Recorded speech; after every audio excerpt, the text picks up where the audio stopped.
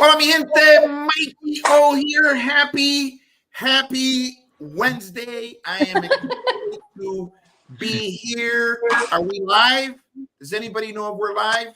Yeah, we got one viewer. So we are, one viewer, two viewers, three viewers. We are officially famous, guys. We are officially famous. Anyway, happy Wednesday, mi gente. Mikey O here. Super excited. Thank you guys so much for joining us. It's been a minute, so I'm glad we're here. What a beautiful, beautiful day. Last couple of days in Chicago. So you know what that means, right? 19 inches of snow Saturday. And that's how we roll here. We give you a little tease, and then bam, we ruin you. So anyway, I'm excited to be here. And wow, what a show. Somebody asked me earlier today, and I don't know if you guys saw it on my Facebook page, what's with you and only having women guests? That's because we're doing Sangano. That's what's happening. Okay. Do something, and I will have you on the show. Okay. So, yeah, do something. Okay. All right. Don't nobody care about no Bears. The Bears don't care about the Bears. All right. Anyway, I'm about to lose 1,000 Bears fans. Anyway, really quick, this is a really cool night because we have two great shows coming up. One this weekend, one next weekend. And I'm excited to have with me the team, Jessi and Marilet from Ratas de Dos Patas. Welcome, ladies. Hi, thanks for having us. Yeah, and Liza Pereira from Unique Suites. You guys know her. I've had the honor and the privilege to work with Liza from Unique Suites with their organization now for quite a few years. And I know some of you are thinking that, oh, what a wonderful guy working with these wonderful nonprofit organizations. Well, yeah, because they make suites, okay? Why wouldn't I work with Unique Suites? Amongst the amazing things that they do, they make amazing cupcakes. One of my favorite memories at Joe's was the first time they made me a cupcake where you squeezed the tequila into the cupcake. Oh, yes. Wow. I remember that. I remember those. That's what they are. They do wonderful work. So we're going to have an opportunity to talk about Lisa's event. And of course, we're going to start by here's the deal. I really, really, really want my audience, although I think you guys are already well known, I really want my audience to know more about Jessi and Marilet, Rata de Dos Patas. Ladies, tell us who you are, what you do, where you're from, why you do it, and where you're doing it this weekend. Ooh, I love all those questions. So Jessi and I are part of, we co-founded Rata de Dos Patas back in 2018. And so we've been creating different kinds of shows, different kinds of comedy experiences, be it improv, sketch comedy, cultural experiences, all kinds of things. We've been doing that together for about 5 years now. And one of the things that was born out of that was the show that we are currently producing right now, which is our Dia de los Muertos experience, which is taking this very beautiful cultural, rich holiday and coupling it with improv and sketch comedy, which is not sacrilegious. It's done very respectfully and done with a great deal of celebration and corazón. And so it's always a comedy cultural is our tagline. And so we want to make sure that we're honoring gente in everything that we do and taking the time to laugh while we can. Awesome. Tell us how Rata de Los Patas was created, born. Specifically, you guys are both from Chicago. You are from different places. No. Neither one of us are. Marilet is originally from the Bay, from San Francisco Bay here. I am originally from Mexico. I was born and raised in Mexico. What's up, baby? What's up, baby? Capitalina. And we found ourselves here doing comedy. Fell in love. I mean, Chicago is a beautiful city. I always say Chicago is my number 2 favorite city. Number 1 being Mexico City. Sorry. And we really found ourselves in the middle of a lot of comedy beginnings in comedy, a lot of renewals and things that were being born out of a want and a need for seeing yourself on stage, seeing your stories on stage, being able to be represented authentically. The time where we started doing comedy, we felt very pigeonholed and pegged, and just you only got to see a few Latinas on stage, or Latinas with all non-Latina groups or all white groups.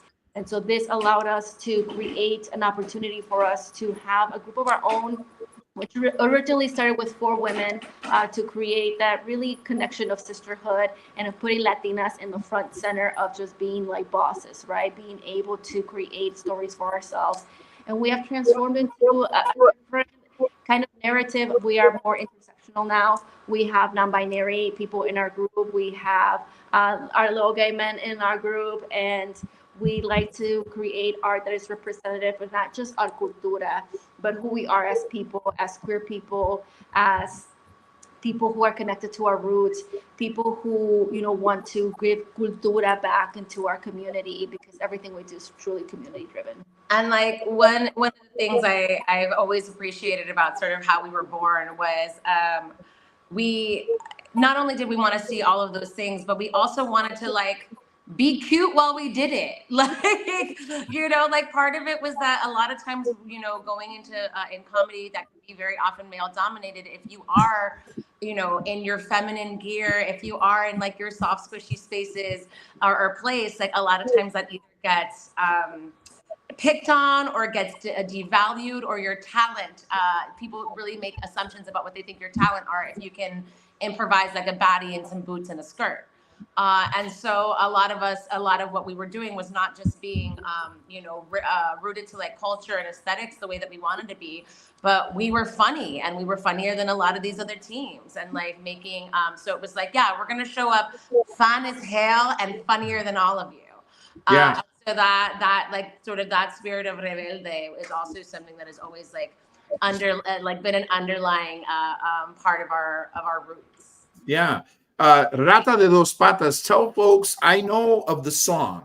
Yes. And for a long time, and I can't remember her name, the woman who Paquita del Barrio. but exactly right. But I've always loved that whole boldness of her character, who she was. She was the original badass, the original kind of badass. Tell folks about who she was, and then why you captured that as your title.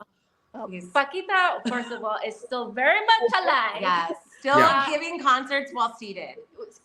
Giving concerts while seated, insulting people, helpers, like gracias, desgraciado, gracias, inútil. Bad Bunny helped her up stage one time, and she was like, gracias, inútil. And he took that and he loved it, because he knew that's her love language. Paquita la de Barrio is the original boss babe. Yeah. She is a feminist to the core. She creates music in a very male-dominated scene, which is rancheras, and that type of like folklore music is male-dominated. And she really drove in there and said, listen, I'm gonna make songs about how men ain't nothing, how men don't do this, how women are all about, the business, and created anthems that really just embodied feminism and being a true feminist to the core. One of them being Ratas de dos Patas, which is our anthem. Really talking, and it's in a very flip way also. It's not just us, talking down on men. It's just us really elevating femininity and femmes and being women in the forefront of creating opportunities and really being like groundbreakers in a lot of the work that we do. Oftentimes if you are a woman and you are doing that kind of work, you're often labeled as unlikable or difficult or things of that nature. And one of these sort of like badges of honor that having a name like Ratas de dos Patas sort of empowers us, in that it allows us to show up in all of the parts of ourselves that maybe aren't likable or friendly, or that are often deemed as like too aggressive or too this or too emotional. But it's like, no, we're showing up the way you're showing up. You just don't like what masculinity looks like on women. So being able to kind of hold people accountable for like, it's like, okay, well, I'm just mirroring you, my guy. And if you're getting upset, like, that says more about you than me because we're cool as cucumbers over here. Yeah. So being able to like really take the title of that song and embrace like our full selves and be like, yeah, puedo ser ratera sometimes, and that's okay. That's gonna get my job done, like that's gonna get us where we need to go. It's gonna get that show produced. It's gonna get that script written. It's gonna get this thing going. And being okay with being like, yeah, sometimes when you have to get stuff done, people won't like it and they won't like you, but that's okay. Yeah, I'm going to tell you guys a story just so you know. I mean, and so the audience knows, when I started doing comedy in Chicago, in the United States of America, there were 4 or 5 names: Debbie Gutierrez, Shayla Rivera, Jill Michelle Milian, which was the first Latina on Mad TV. There were very few, and in Chicago, there were none. In fact, when I say there were none in Chicago, there was Patty Vasquez, but Patty Vasquez did not have a stage or room where she could do stuff that would highlight her Latinaness. She was ashamed that she would call me and say, I feel bad being on a flyer that says Latino comedy because I've been doing these white rooms my whole life. And I'm like, well, it's no big deal. You haven't been disbanded from being a Latina. Yeah. You just haven't had the room. And I said, Patty, if it makes you feel any better, I was doing a show at that time called Les Funny Femmes. And here's what's funny. And here's what happened. We were doing Les Funny Femmes. It was hosted by, oh my God, I can't remember her name. But anyway, and it was once a week at Joe's, Les Funny Femmes. Nobody's going to come to it. Nobody cares about women in comedy. And we started doing the show. And then all of a sudden we had a full house. Well, what these male comedians didn't realize was that by not booking females, they helped us create another night. Yeah. You know what I'm saying? And then from there was born, our proud and loud. Yeah.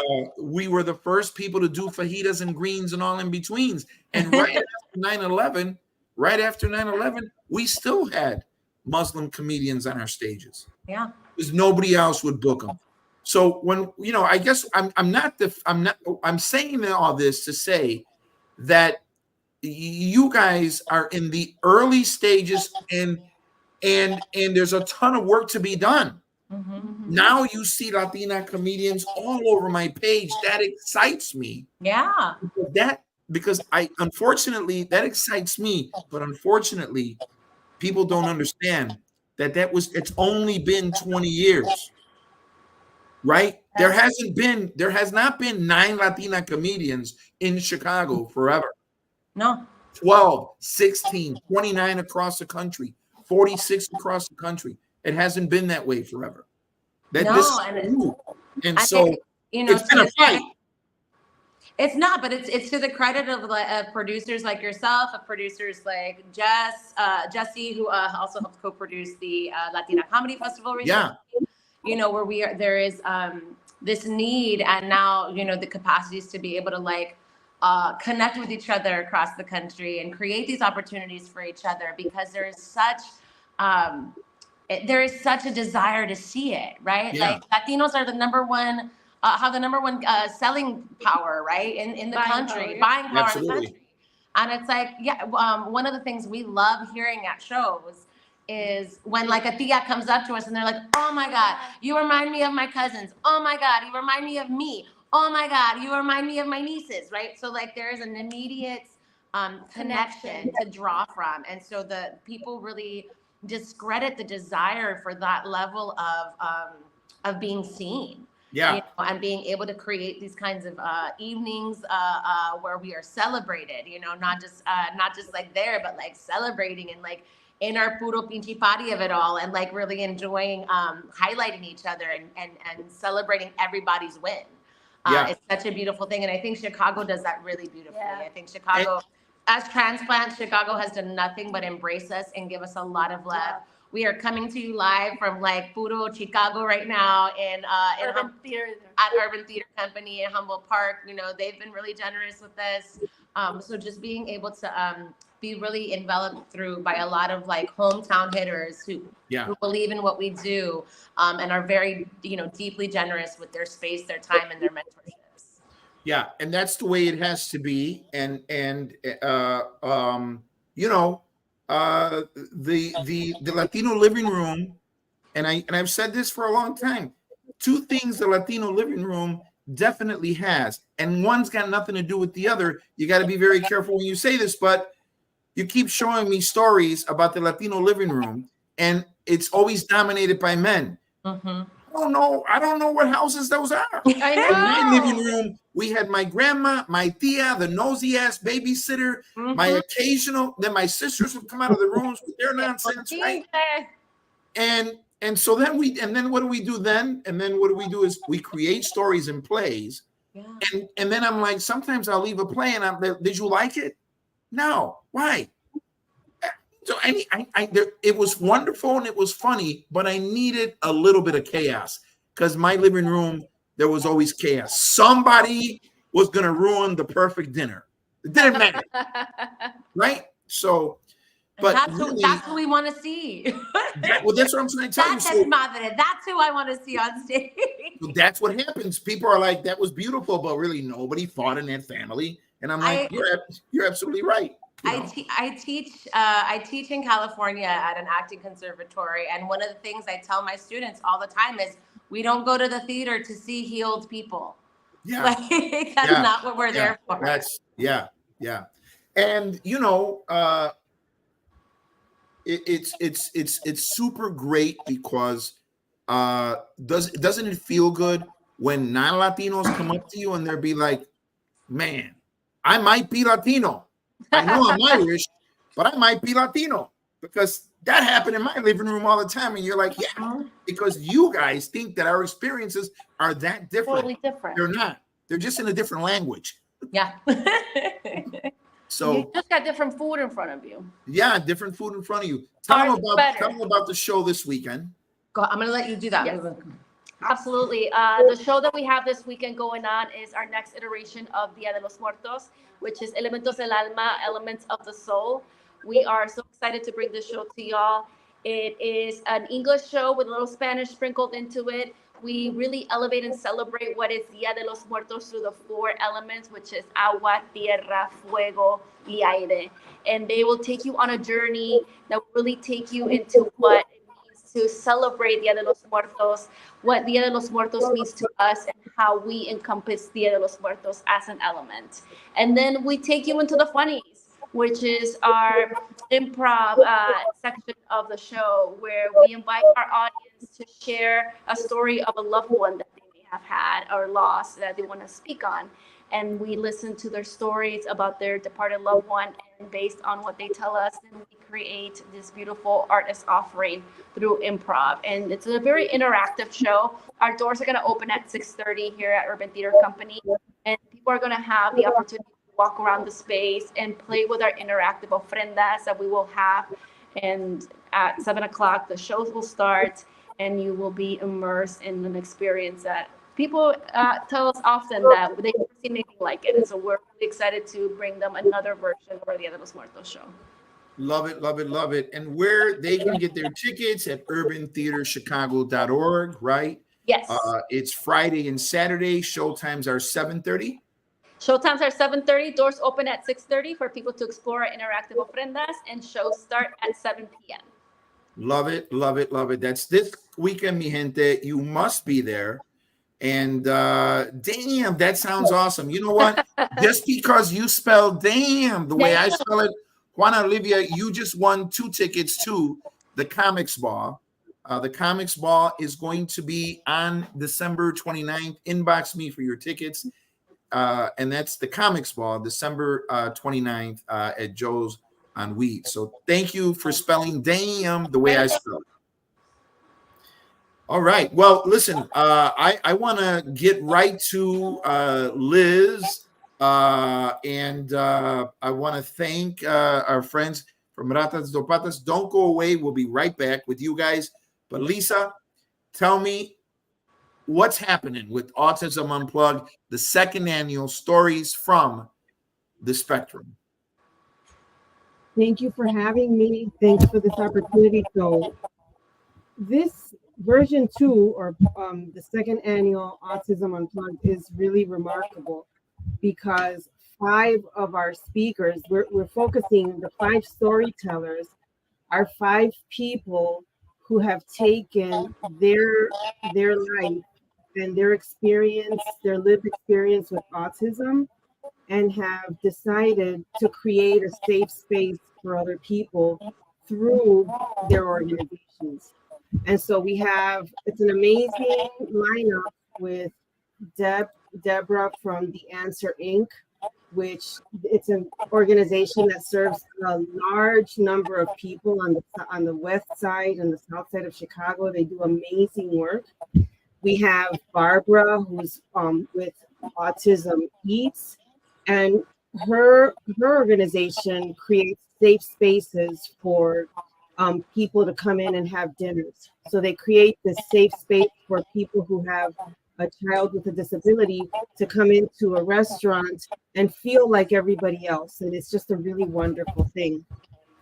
We've got Danny Diaz, who's a Chicago police officer, has an adult son on the spectrum, and he created the Legion of St. Michael Law Enforcement Motorcycle Club as a safe space for first responders to share their passion of bike riding, riding motorcycles, but also of giving back to the community. And they have really embraced Unique Suites and have sponsored us for the last couple of years, creating Party with a Purpose and creating this safe space for our autistic adults and families to come in and celebrate together. We've got Christina Torres, who is she's an autistic young woman. She's a self-advocate, and she's going to share her story. And she's created the Autism Allies. And the Autism Allies is an organization that wants to give back to and recognize the people that have helped them. And it's really wonderful. They do concerts, they do fundraisers. We just did kickball. And then we've got Juliet, who is the executive director of Palenque LSNA, who's going to share her journey parenting autistic twins on the spectrum and how she takes her culture. And if you know Palenque LSNA, they do amazing work in our community, not just for the disability community, but for everyone, for the Latino community.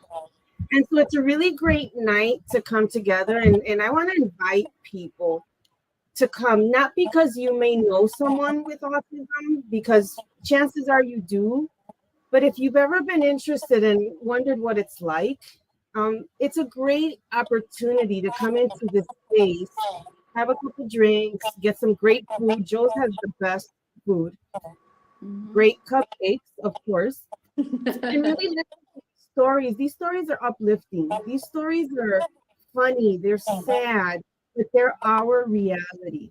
And what's really important is that as Latinos, I don't know how many organizations you get to see that highlight our cultural experience with autism and with disabilities.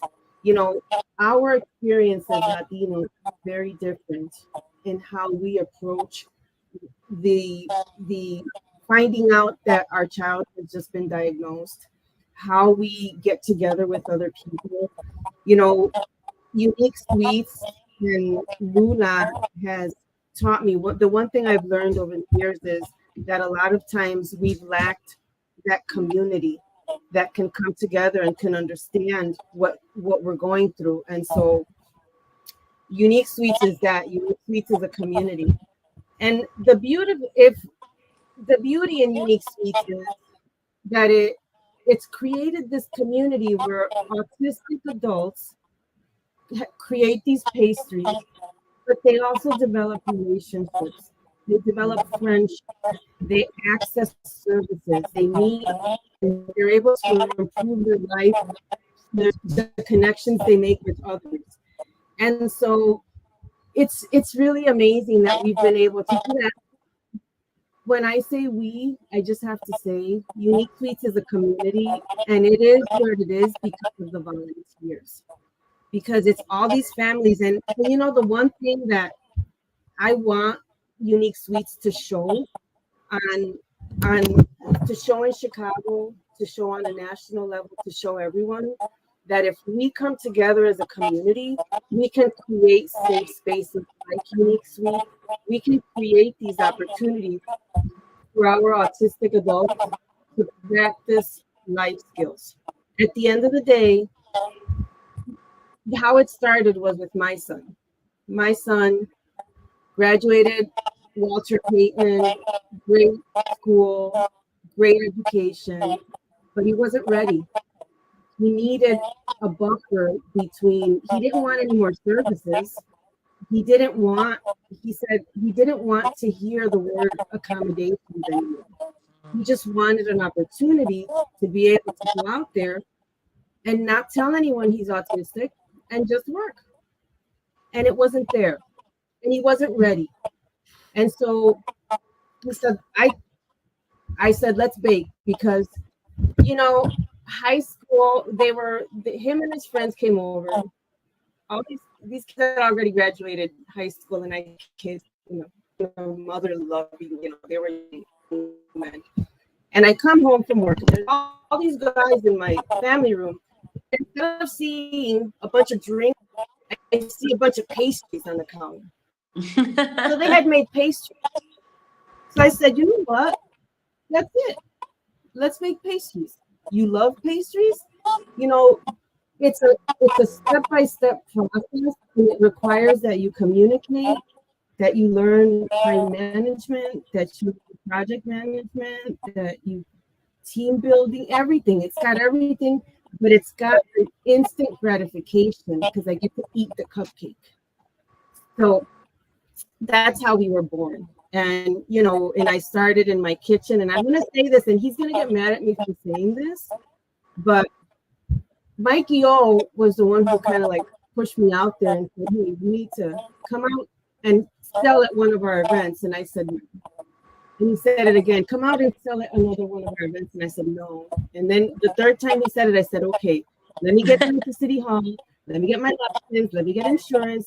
We're going into this full scale. And 2 years ago, it was a home-based business. And 2 years ago, we said, you know what? This is done. He got a job. I go, now, let's get into a non-profit. It's beyond any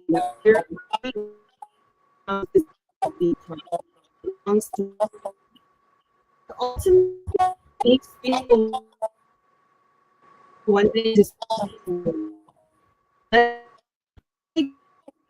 Liz, I'm gonna stop you.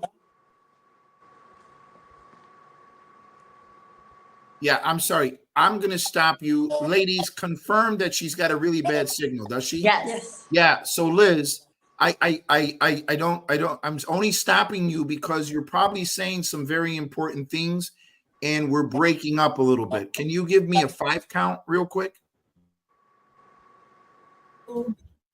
4, 5. Yeah. So let's do this. Let's take you down. Stand by a second. I'm gonna take you down and put you back up. 1, 2, 3, 4, 5. Can you hear me? 5. Yeah, you have a really bad signal. Am I right, ladies? Correct. He does. So I'll tell you what, Liz, I don't want to miss anything. So what I'm going to do is I'm going to conclude this part of it, but I'm not going to take you off. Stay with me. Stay with me. Do me a favor, completely sign off and then sign back on. As soon as I see you, I will re-add you, okay? Just completely sign off all the way out and start the process over. It might be a bad link, although we're doing pretty good. But go ahead and just completely sign off, and we'll see you in a couple of minutes. Unique Suites, as Liz was saying, is a wonderful organization. I had the opportunity to go to the bakery Saturday and hang out there and bake with the clients. and it was pretty cool. What did you bake? What did you end up baking? Well, I ended up eating. Better question. I ended up eating. Well, they were making cupcakes and they were making these logs and they were making cake balls. So I was at all the different stations. I'll send you guys the video. Yeah. But it was so cool because every person that's involved has a specific job. And so what's kind of cool is there's a kid named Max, and Max simply could not grasp baking. But Max was incredibly talented at organizing. Oh. So who is Max? Max is the manager. He manages the you know what I'm saying, you, which was super cool. And I got to tell you guys a funny story. You guys could relate to this. So Liz, there's a guy there, and he's one of the coordinators, and he keeps spitting out orders, right? So we're listening to the guy, but after a little while ago, I look at him and I'm like, what do you do here besides tell people what to do? And Max lost it. Oh my gosh. Max was on the floor, out of breath, could not catch his breath laughing. Got him. Oh my God. And it was, he thought, but he was laughing like to himself as if that's true. And I don't want him to see me laughing, which was but anyway, the event is next Sunday, the 10th of November. They've got old school throwback with DJ Edlo. They've got a live salsa band. They've got this amazing ensemble of speakers. WGN's Annabella Val is on the show. Yeah. So it's going to be fantastic. You can get your tickets and more information at www.uniquesweetsinc.com. And Liz is just wonderful at replying. I don't know how she does it, but she replies to everybody, no matter what the question is. And all I can tell you is she's absolutely right. It's a special organization. Sometimes when I see people buying a cupcake and the kids are selling the cupcake, like I think of myself at 2 a.m. with a cold glass of milk and a cupcake and how happy I am. And I wonder, do they know how happy they make people? Yeah, I hope so. And ever since, I like when I go to an ice cream shop and there's a girl or a male behind the counter giving you an ice cream and they're giving it to you. And I always think to myself, do they not know how important they are? Yeah. Listen, so I worked at a flower shop in the Loop for like 2 years. It's run by a Latina named Rosa. She was a woman named Rosa, owned a flower shop named Designed by Rosa. And we were right next to a cupcake shop. And so sometimes you could get like flowers and cupcakes together. And people would always be like, is it just really fun to work here, like at a flower shop and a cupcake? Like this just seems like really fun to work. Like right now, I was like, it is. It's as fun as yes, absolutely. I was like, I will not lie. I get to smell all these flowers. I get to make terrariums and then take a break and go get a cupcake. Oh my God! Absolutely, absolutely. In case you're just joining us, I'm talking. Of course, we were talking to Unique Sweets. We lost a connection with her. We hope that we've given you enough information about her event. I'll flash it back and we'll talk to Rata de Dos Patas for a couple more minutes. Autism Unplugged is November 10th. Joe's on Weed Street. 100% of your donation goes to support the work that Unique Sweets does with folks in the autism that are affected by the spectrum. It's an amazing night of storytelling. Some will make you laugh out loud. Some will make you cry out loud. But it's just a really, if you've listened to The Moth, it's the same type of storytelling experience. Okay. And then you've got live salsa. You've got a DJ, and it's going to be jumping. So this is how you get tickets. This is where it's at. Again, that's how you get tickets. And ladies, let's give them the 2-minute version of what's happening this weekend. Yes. All right, 2 minutes. This weekend, happening at the Urban Theater Company, right here in Humboldt Park, you can see Elementos del Alma, a Dia de los Muertos experience produced by Tucias Productions and Rata de Dos Patas. It is a beautiful evening that mixes storytelling with audience interactive interviews where we get to know about someone's loved one who's passed away, and then we do art as offering by improvising scenes about that person and what we learned about them. It is truly a unique experience. Ain't nobody else in Chicago doing this kind of a thing. Or in the country. Or in the country, for that matter, doing improv and doing grief prov, as I like to call it. So it's a really beautiful coming together of cultura and comedy, and in a very celebratory way. There's always a good time. People always, you laugh, you cry. It's a really full theatrical experience. Love it, love it, love it. And they can get tickets at, again, www.urbantheaterchicago.org. Yep. That's in Humboldt Park.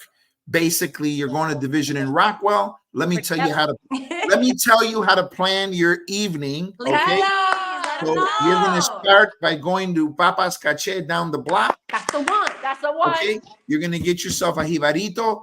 I know the steak jibarito is normal, but just for the heck of it, try a chicken jibarito, because that chicken is made, it's style pollo chong, which is pollo prepared like lechon. Wow. Then go see the play. Then go to Esmeralda's for some Street. Yep. So chicken, comedy, house music. That's it. That's all on one block. That's a Chicago night, baby. You only have to park your car once. Lindo, so worth it. Yeah, it's gonna be. I'm gonna tell you, that's the way to go. Claudia Quesada says, "I'll be there Saturday." What's up, Claudia? We love you. Claudia. Yes, the amazing La Cubana, Claudia.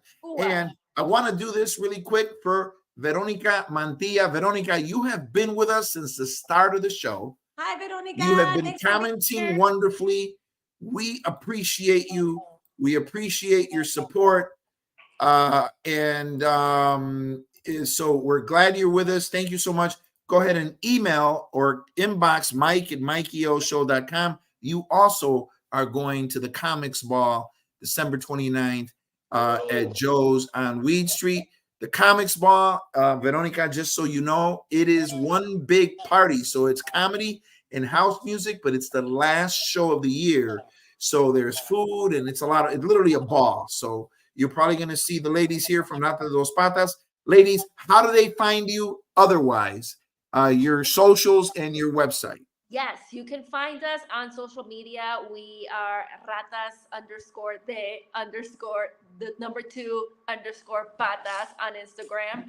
Just Ratas de Dos Patas on Facebook. We also are the ones who created and curated most of the shows that we create with Rata de Dos Patas, and so hence we are now known as Tus Tias Productions. And you can find us on Instagram with tus.tias.productions. You can also email us at tustiasproductions. Contact.tus.tiasproductions.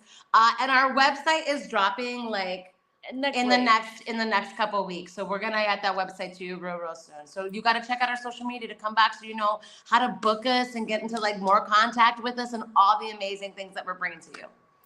Now look, I know what you're thinking. Okay, it's just another Dia de los Muertos event, and I don't know. No, listen, it is not. This is an experience. This is an experience. So you're going to be able to touch and feel and laugh. And it's going to be an amazing evening. Share this with your friends. Go to my page, grab the flyer, pass it along. Here's the deal. If you cannot attend the show, remember this for everything you ever see. If you cannot attend the show, but it's something that you would have gone to, could you have gone? That's cool. Then you are doing us an equal favor by sharing the flyer. Yeah.